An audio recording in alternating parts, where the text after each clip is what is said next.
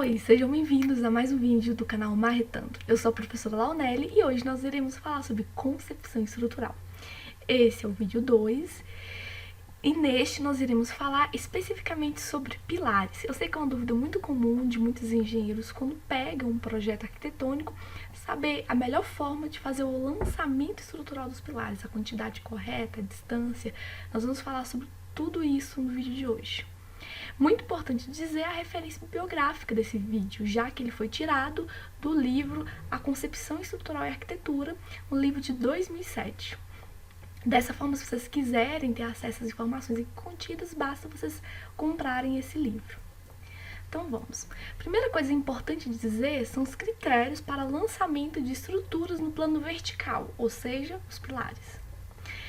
Então, em relação a isso, primeira coisa, o que pertence ao plano vertical? Em relação ao plano vertical, que é o que nós iremos falar sobre esse vídeo, é basicamente os pilares e contraventamentos verticais.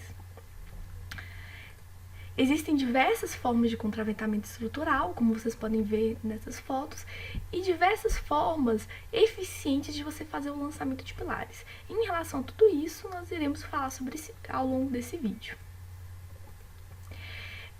Uma coisa muito importante é que na hora de você fazer um lançamento estrutural, é você ter primeiramente um bom projeto arquitetônico. Por quê?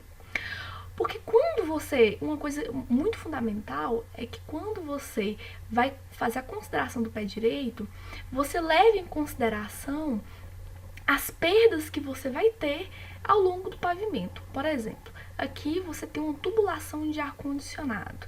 Já nessa outra imagem, você tem a instalação de esgoto. Quando você vai considerar o pé direito de uma estrutura e, consequentemente, a altura dos pilares, é muito importante você considerar que haverão perdas nessa estrutura devido a essas instalações.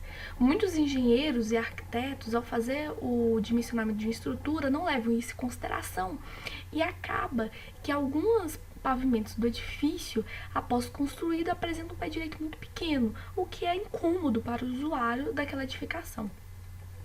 Então, é interessante que, além de você considerar todos esses elementos que eu disse, que você sempre pense em dimensões múltiplas ou submúltiplas de 6 e 12 metros. E por que isso? Quando você vai construir estrutura metálica, que é o foco principal desse vídeo, os perfis metálicos têm, em geral, 12 metros.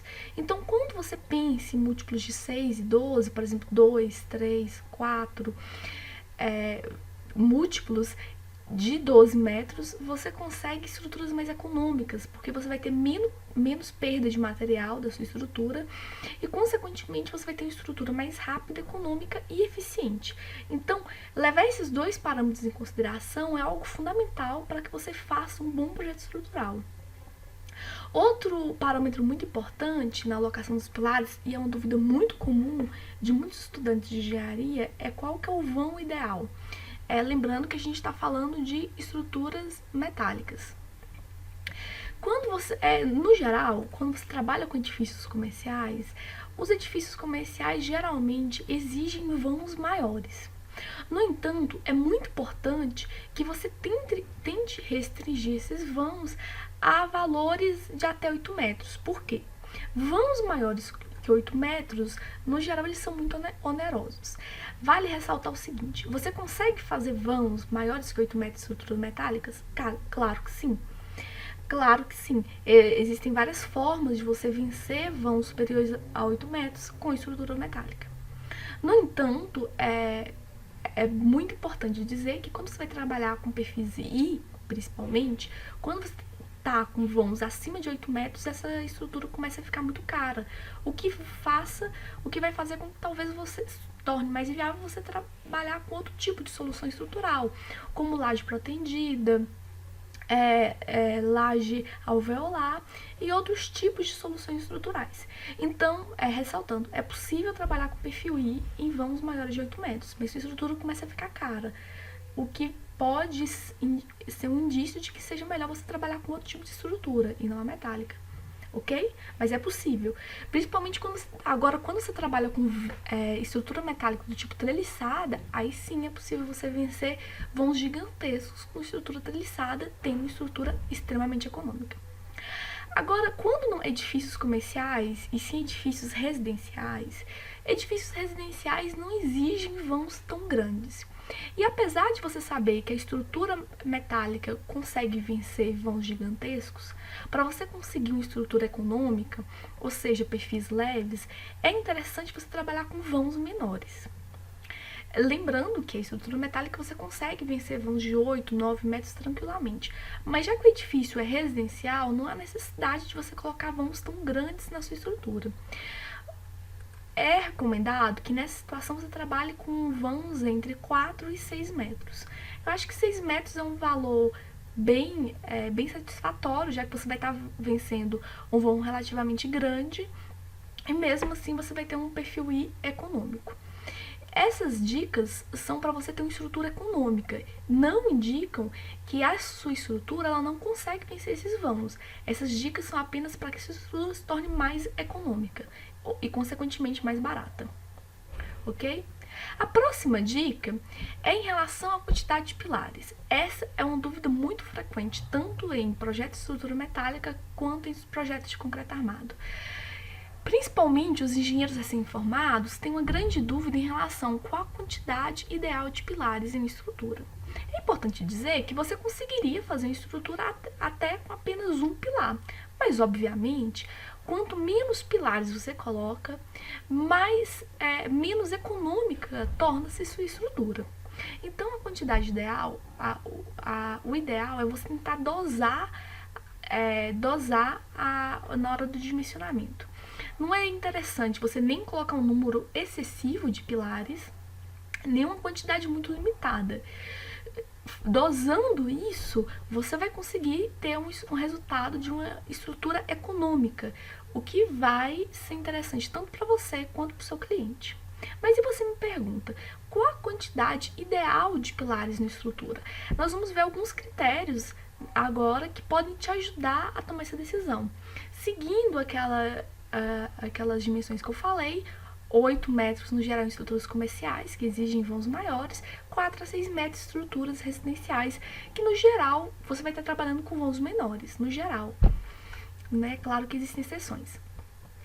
Então vamos. Em algumas situações, o uso de poucos pilares também, ela pode gerar uma sensação desagradável sob o ponto de vista psicológico.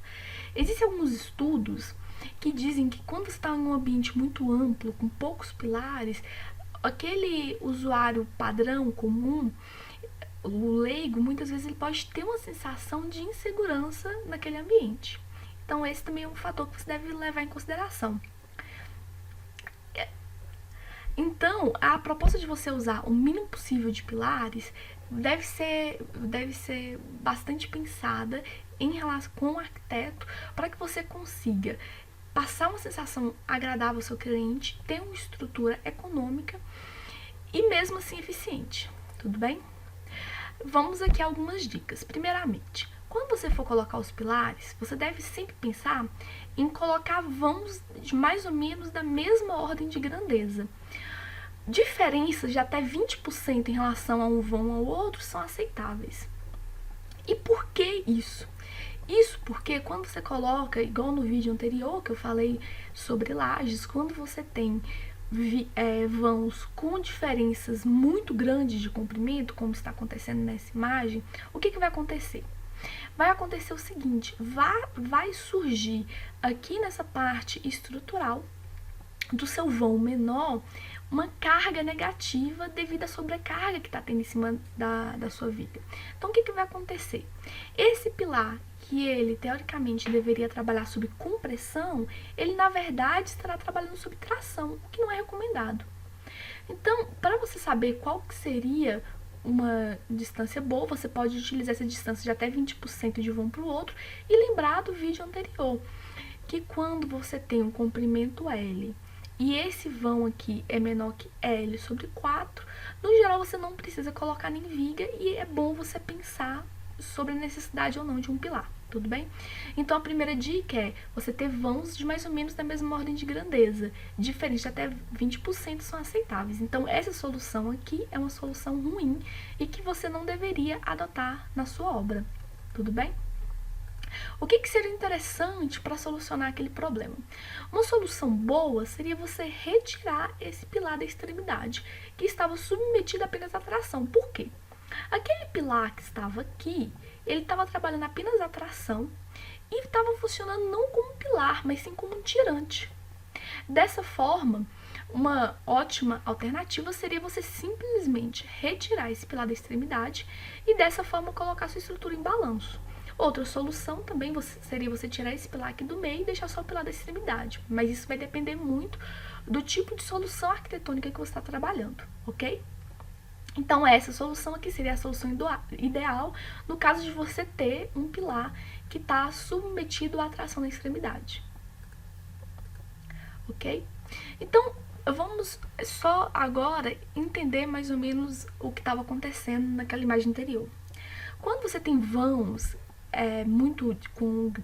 com vãos muito diferentes, o vão maior ele vai tender a fazer com que o menor seja solicitado exclusivamente pelos momentos negativos, como você pode ver aqui claramente nessa imagem. Então vamos mostrar aqui mais ou menos o que está acontecendo. Vamos imaginar que você tem sua viga, ela está aqui ela é biapoiada, então aqui tem um momento zero, aqui você vai ter um momento positivo e quando chegar aqui ela vai estar submetida a um momento negativo, ok? Então toda essa parte aqui superior, devido a esse vão aqui ser muito pequenininho, vai estar submetida apenas a um momento negativo. Esse momento negativo aqui na extremidade, ele vai fazer com que aqui, nesse pilar, aconteça uma carga de tração, o que não é interessante para um pilar. Então, o ideal nessa situação é eliminar o pilar da extremidade, como eu tinha dito anteriormente, e deixar a sua estrutura dessa forma. Uma outra alternativa, como já tinha dito, era você simplesmente deixar o pilar aqui da extremidade e retirar esse. Mas é claro que isso vai depender da solução arquitetônica que você tem. Em algumas situações, deixar o pilar aqui na extremidade e retirar esse não seria uma solução adequada. Ok?